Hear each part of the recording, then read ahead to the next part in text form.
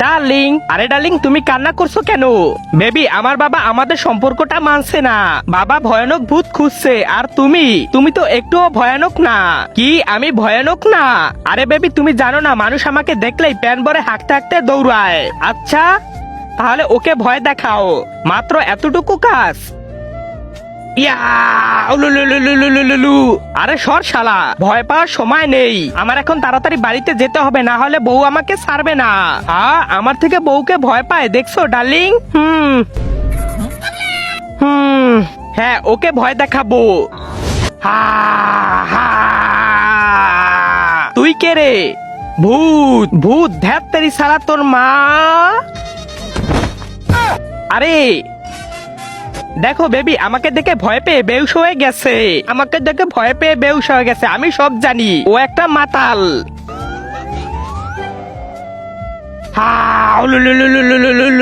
মনে হয় নিশ্চয়ই কোনো ফটকা ইউটিউবার আমার সাথে প্র্যাঙ্ক করিস। সর শালা ছাপরি, শালা আমার সাথে প্র্যাঙ্ক করিস।